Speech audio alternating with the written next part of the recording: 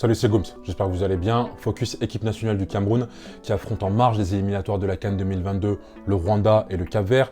CAN que le Cameroun organise 50 ans après la dernière. Retour sur les hommes forts de cette sélection des Lions indomptables, c'est le sujet que je vous propose aujourd'hui. Je vais commencer par André Onana, le gardien de l'Ajax Amsterdam, qui est certainement l'un des meilleurs à son poste aujourd'hui. Sacré 4 fois meilleur gardien du championnat des Pays-Bas, 3 fois élu meilleur gardien du continent africain, 7e au classement Lev Yashin en 2019, qui était d'ailleurs sur les tablets du Borussia Dortmund pour le prochain mercato, mais qui le 5 février dernier, coup de tonnerre, se fait suspendre 1 an par l'UEFA après un contrôle positif antidopage. Il a d'ailleurs fait appel de cette décision auprès du tribunal arbitral du sport. Il en attend le verdict, mais c'est un véritable coup dur pour les Lions indomptables. C'était vraiment le patron de cette équipe, en tout cas derrière en défense, avec notamment Michael Gadeux, notamment dans un secteur finalement où il y a de la reconstruction avec l'arrivée de nouveaux joueurs, les Harold Moukoudi, le défenseur de Saint-Etienne, ou encore Jean-Charles Castelletto, celui de Nantes. Il joue un peu ce rôle, André Onana, de force tranquille, d'un joueur voilà, qui a de l'expérience, qui a joué les grands matchs, et que sa suspension d'1 an pourrait vraiment coûter très très cher à la sélection camerounaise à l'approche de cette CAN qui va se dérouler en décembre prochain. Le deuxième joueur, c'est Zambo Anguissa, le joueur de Fulham en Première Ligue, qui a vraiment franchi un cap, qui est vraiment en train de rentrer dans une nouvelle dimension. C'est compliqué quand tu joues à Fulham et que tu joues le maintien, mais lui, il est vraiment en train de surnager, tant sur le plan offensif que défensif. Il est devenu un joueur complet.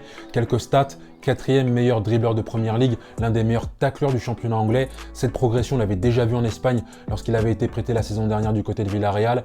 Et pareil avec la sélection des Lions, c'est l'un des patrons dans ce milieu de terrain avec Koundé Malone, le joueur de Mayence. Et j'ai hâte de voir son association avec le jeune joueur de Saint-Etienne, Yvan Neyou, gros espoir du football camerounais qui vient d'être appelé par le sélectionneur Tony Conceição.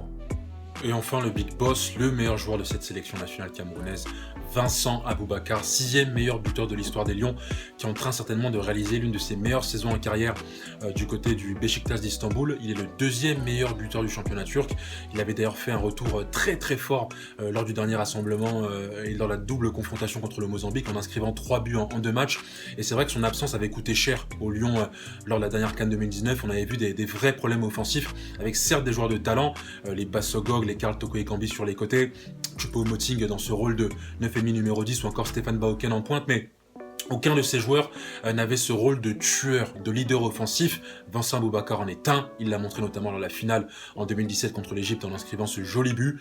Et le Cameroun, s'il veut justement remporter cette 6e étoile continentale, aura besoin de son attaquant en chef, de son leader, de son numéro 9 pour le faire. Donc voilà, si vous avez kiffé, n'hésitez pas effectivement à vous abonner, à commenter, à liker. Même si vous n'avez pas kiffé d'ailleurs, commentez, j'aime le débat, il n'y a rien. Prenez soin de vous, on est ensemble.